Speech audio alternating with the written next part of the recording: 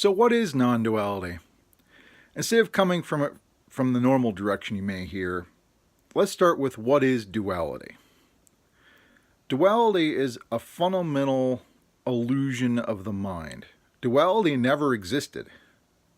It's kind of like if you're looking at the ocean or a lake and you see waves.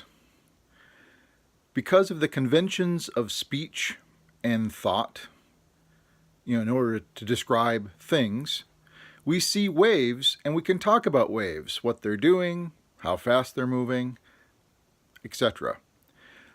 But in actuality, the waves are not separate entities in and of themselves. There really aren't waves. It's just ocean. It always was just ocean. It is through our mind and conventions of speech that we divide and say this is a wave and here's another wave and this wave is different than that wave, and we create duality as in these are separate, distinct entities, without seeing the underlying unity. So another example I often use would be like the Pando in Utah. It's a big aspen forest, and if you looked at it and I would ask, how many trees do you see? Someone might say, well, I see hundreds of trees, if not thousands. It's a forest. Well, science has found that it is really one organism. It's one tree. It's clones through a single root structure.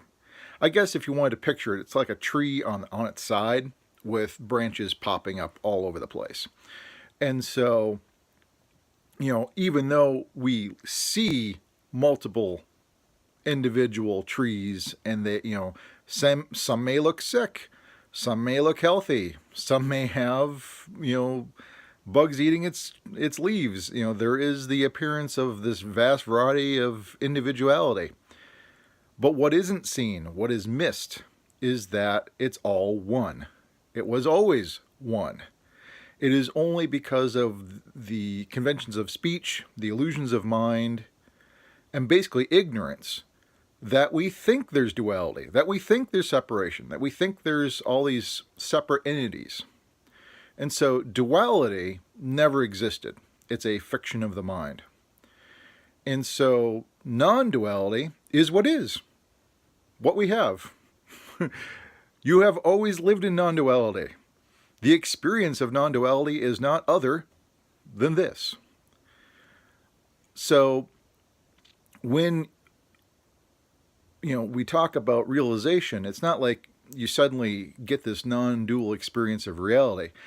Yeah, there is experiences that come and go of non-separation, being one with things. I mean, I once meditated in a courtyard when I was in college and felt one with my surroundings, all the various trees, the bench I was on, the ground that was under my feet. It came and went, but my basic understanding, my sense of self, was unchanged.